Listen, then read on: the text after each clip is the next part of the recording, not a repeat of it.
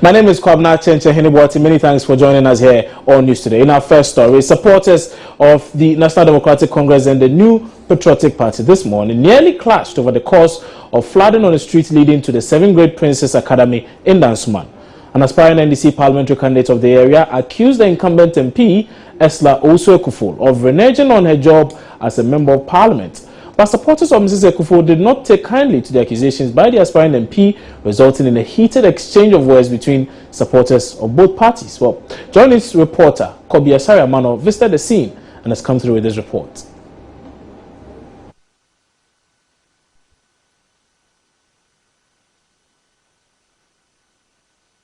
As you can see behind me, the place is really flooded and it's causing a lot of commotion here. Beside me here, there's a gentleman whose house has been completely flooded. Good morning, sir. Good morning. How has the rains affected you today? It's quite bad. The whole place is flooded. My bedrooms, everywhere. The hall and everywhere. The whole house is actually flooded, and all my wares are spoiled, actually. And, I understand there is a gutter, 2 mainstream gutters here, where they need to cut the road, put a metal, barricade or something on it, so they can, they sell the gutters as and when it gets full, or, something happens to it. But from all indications, you can look at the houses around. Every house around the stretch is flooded. And that is something quite, abnormal. It's not right at all. So how were you able to come out of your house today? I did an SOS call to some of my friends at multimedia, and then they made calls to me. So once the rain stopped, I decided to walk through it and then come to the roadside. Apparently my wife is in there. She's unable to come out.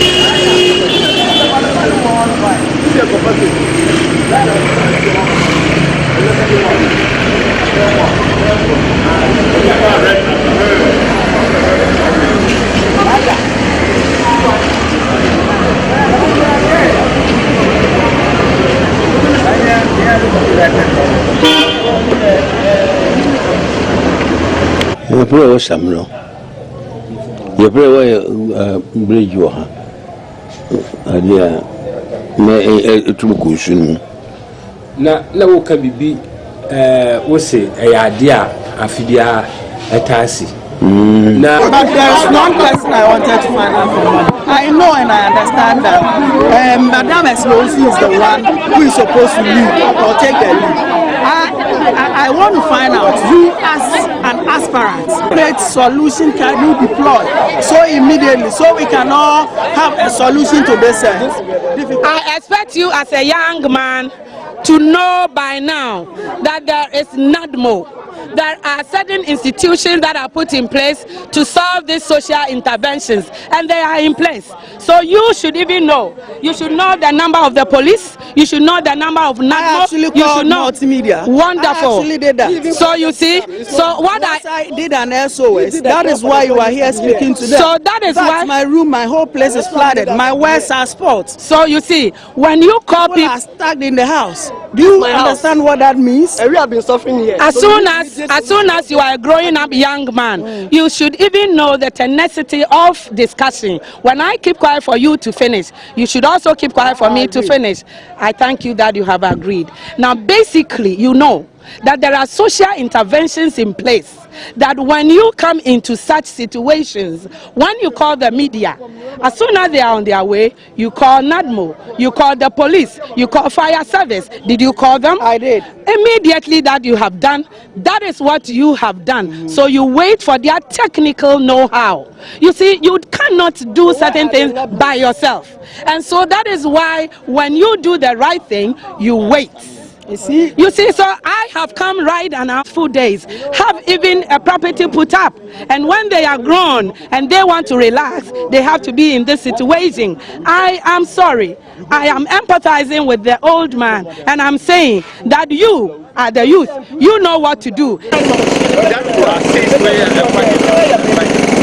are going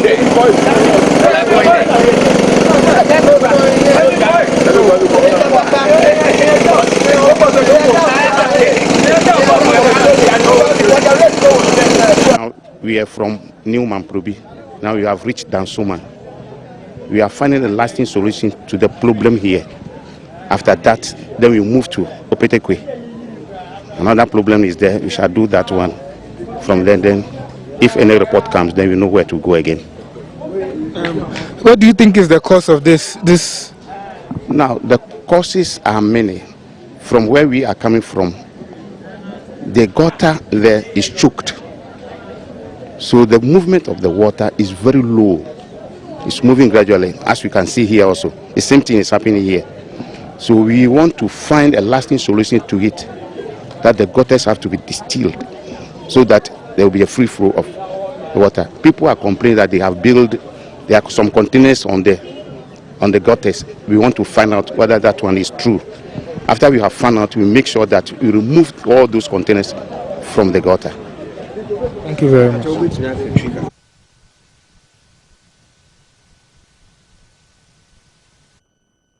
So that was the situation in Dansuman earlier today. Well, the reporter who filed this very report, Kobi Asariamano, is joining me now in studio to tell us more about what really the situation was, and indeed whether indeed there was a near clash experience there. Kobi, many thanks for joining us. So you went to this place. Now, earlier reports we had suggested it was a 7th grade Princess Academy that was flooded. But what really was the situation when you went there? For the 7th grade Princess Academy, the authorities there were actually saying there were no floods there. So they were not affected by the floods. So we decided to go outside of the school, just outside of the school. In front of it, there was a large pool-like situation there. There was so much water there, and then it looked like it was affecting the residents of the place there. Okay, so not the school itself, but the routes leading to the school was flooded. Yeah. Okay. It appears from the sound clip we heard, you spoke to quite a number of people. It appears the rains affected quite a lot more people. We'll be delving into that in a jiffy. But for now, I just want to zero in on this very flooding situation at the 7th grade Princess Academy School, a road obviously leading to that very school. And how come it became war of words between the NPP and the NDC? I mean, how does anyone politicize this? I don't know for myself, but then the aspiring candidates for the NDC, Mrs. Chum, came to speak to us. So while she was speaking to us, a couple of Esla also supporters behind us started shouting because they didn't really agree with some of the things the aspiring NDC candidates were saying. What were the things she was saying? She was somehow saying, where was Esla Owusu during all of this? You see, she was asking where she was because she was nowhere to be found. But apparently she had sent some people earlier to come and do some drainage work for her earlier. So she was just asking where Esla Owusu was in all of this. And some of her followers, some of Esla's followers became angry for her questioning the presence of Esla Owusu at the place. My focus now is on particularly the kids, the many children who are to use this very route to their classrooms and study. How did they get there?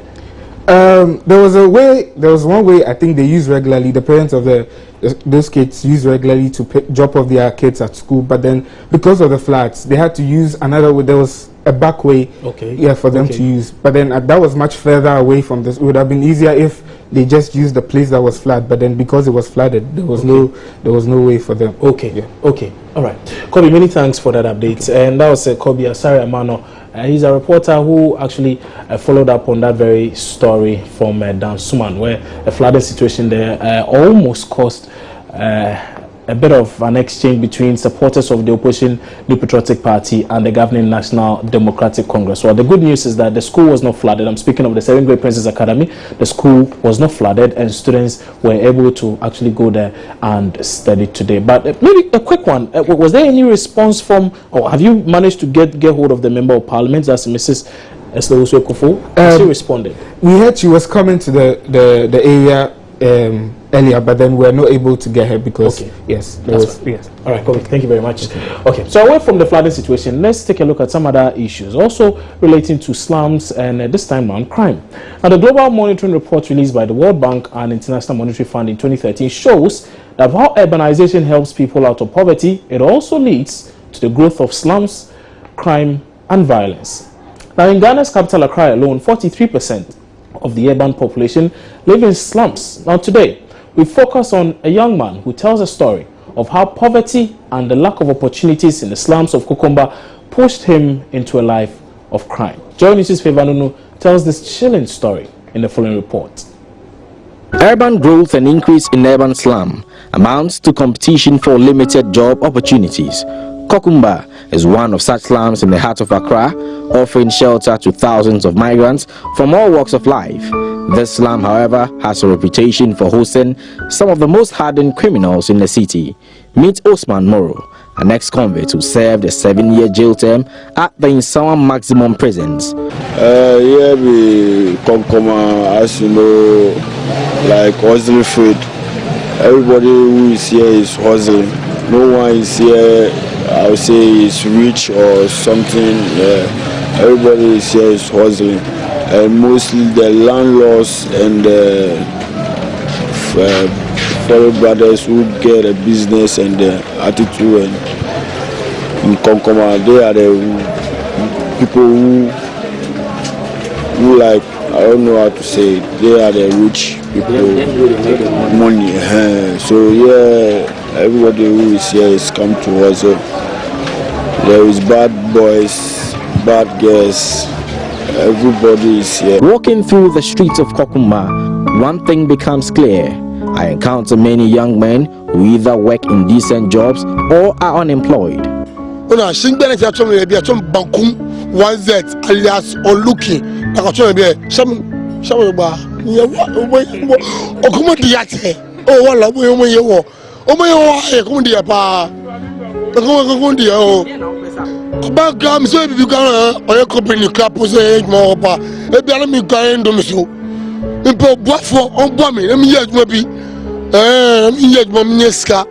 Jimmy, on the other hand, is a budding talent in the movie industry and finds the stereotype against slum dwellers from Kokumba inappropriate. Being in Konkoma here, Konkoma is like is being of help to a whole lot of people.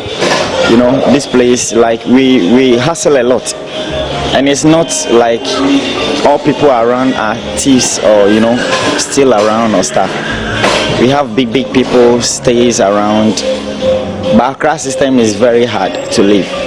People around here, boys and girls, most of them, they are highly intelligent, like they have skills and tact. Some are talented, like to act movie, to sing music, to dance. I have a lot of them. I'm sitting down with them, like having a chat with them, trying to make a rehearsal group so that we start rehearse with someone or two, because they are here with bad people, but they are not bad people. They have aim, but due to family backgrounds, finance and stuff, some of them they are orphans without parents, so there's nowhere to go, nowhere to sleep. You need to come to Konkoma, and when you are here, they think that's what you do. I meet a young man who calls himself Thousand Voices, the street president. He says, "Yo, this is Thousand Voice. I open a new page. Look, man, I'm a real gangster. My swag so much, the flex too nice. I'm too strong. Call me the street president. T large, man, large, Thousand Voice so large. You wanna test me? Hey, pussy boy, don't try. Don't cross the line. Stand there and watch. We with Khalifa, every Thousand Voice, the street president. Take my wallet, everything be your own. Your man a real gangster. Rap so funny. I'm oversized. I'm G, but some say I'm beast. Gangster boy, He claims he was friends with Daniel Asidu, the young man who confessed to murdering the late J.B. Dankwa Edu, MP for Ibuakwa South. Daniel, I know him. How many years you know Daniel? Oh, I know Daniel keep long. I come Accra like 28. 2008, yeah. And I come maybe the first friend I meet in Accra here, so I live with him like so many years. Where they can't catch him. As they catch him, you shock say they catch him, or as they go operate, he mentioned give you say someone give me contract or something where they go town camp. If so, they go town camp. No, me I can't stay in this wood. I need to do Medina. Sometimes I feel go in there and I need to they come out there. And why he come out there like 2 weeks we day, like the 3 weeks time we the wash. So I go dry the thing. I see say no, police can't arrest them. We later on they take and go where we go there where they go talk say if that moment we self we don't know. I don't know work with him. Everybody they go in mission. together. So as a catch am like that, where you hear say he be kill him, how you feel like? I mean, someone you know say be your friend. He's a good guy and he's a cool guy. If someone talks say the boy is a bad boy, he said believe. I would believe say only because of get sponsorship, that is bring all of these things. He blames the youth involvement in crime on the high unemployment and lack of opportunities from the private sector. We'll bring you that full report later today at 3 p.m. on our news and news analysis program, The Pulse, which airs right here on your Joy News channel. You're watching News Today. We'll return shortly with some more stories. Stay with us.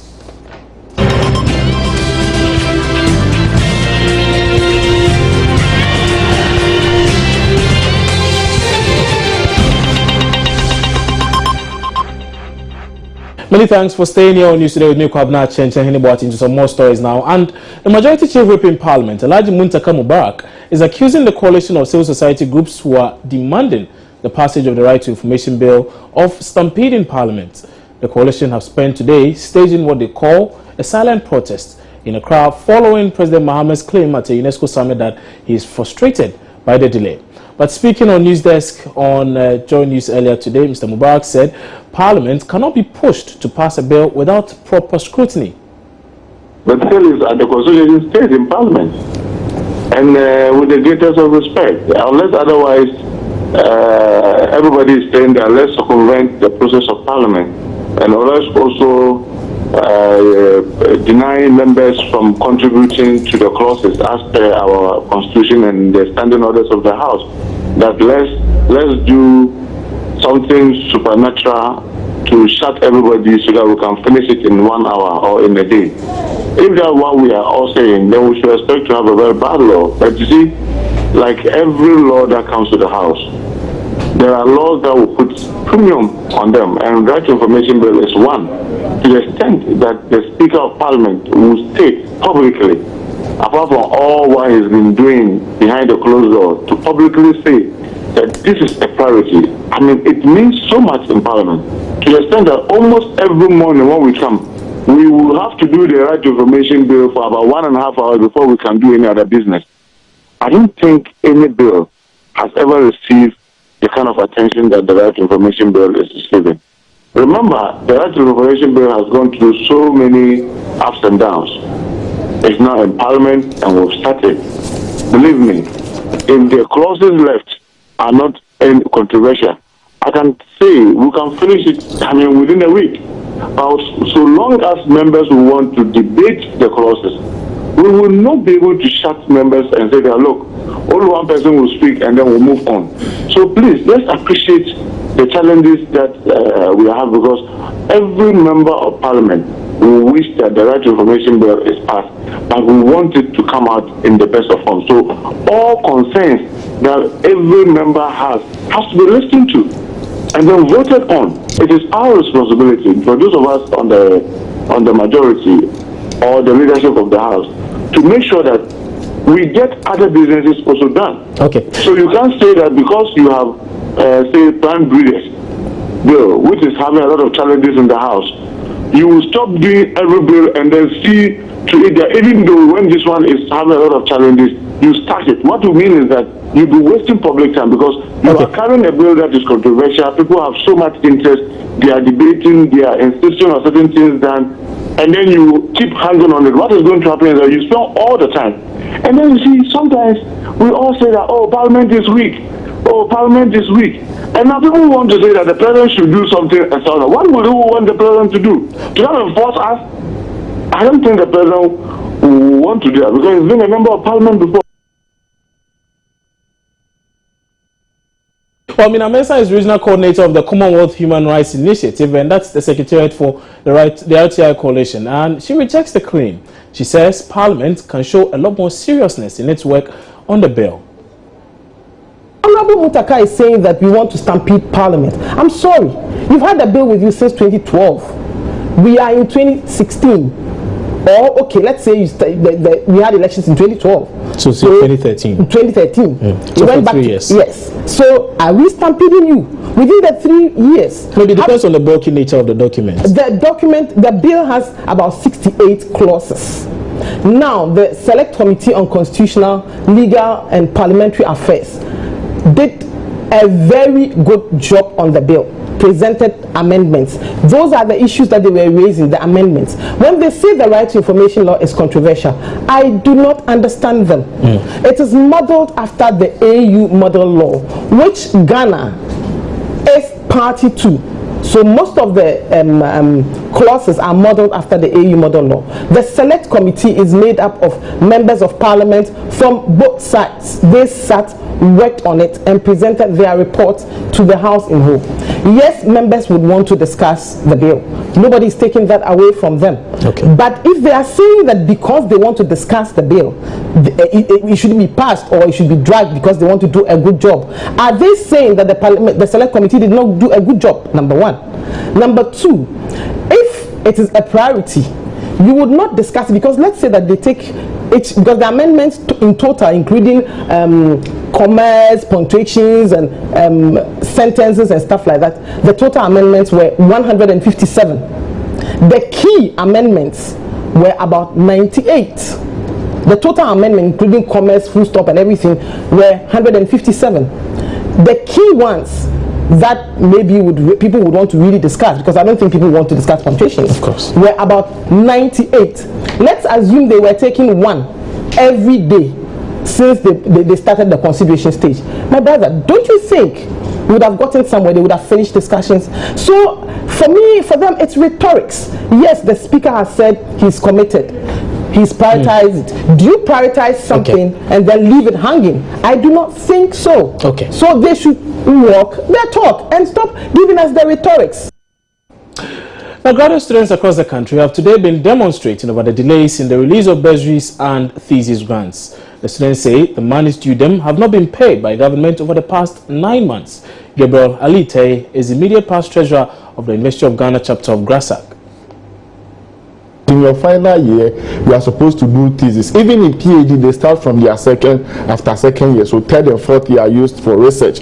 So we are supposed to receive these funds when the semester begins. But because of the long procedure and the process, it normally takes a long time. Last year, the bursaries, those that were supposed to be given for 2014-2015 academic year, came somewhere in September. Do you understand? So people that were supposed to grad, some people even graduated before they came for their money. Now, as I sit here, I have submitted my MPhil dissertation, and I'm no more a student in code, though I've not graduated, I'm not schooling. So I expect that by now I should have received my monies I used for my thesis in those days. So the thesis is supposed to come somewhere in January. I mean, the thesis and bursary grant are supposed to come somewhere in January. As we speak, we don't have any information as to even the date the thesis and bursary grants are coming. So we are concerned because a lot of students are going through serious. Some went for loan to go embark on their research and other programs. So we have negotiated with government over time. When is the money coming? Let me tell you, we delayed in submitting the forms because because the last payment came late. You are supposed to. This is the process. Okay. When government pays the thesis and bursary grants, we pay the students come and collect. There are some students that have gone on research outside, so they had to come back somewhere in January for their money. And until you file the returns, because not all students may even come for their money, you know, some may be dead, some have traveled outside. So until most of them have taken their money, you can't send the money back to government. So we sent Legon like this, we send our money back to government somewhere in January. So until you send the returns of the previous one, the new forms will not be released for the new applicants to apply. Okay.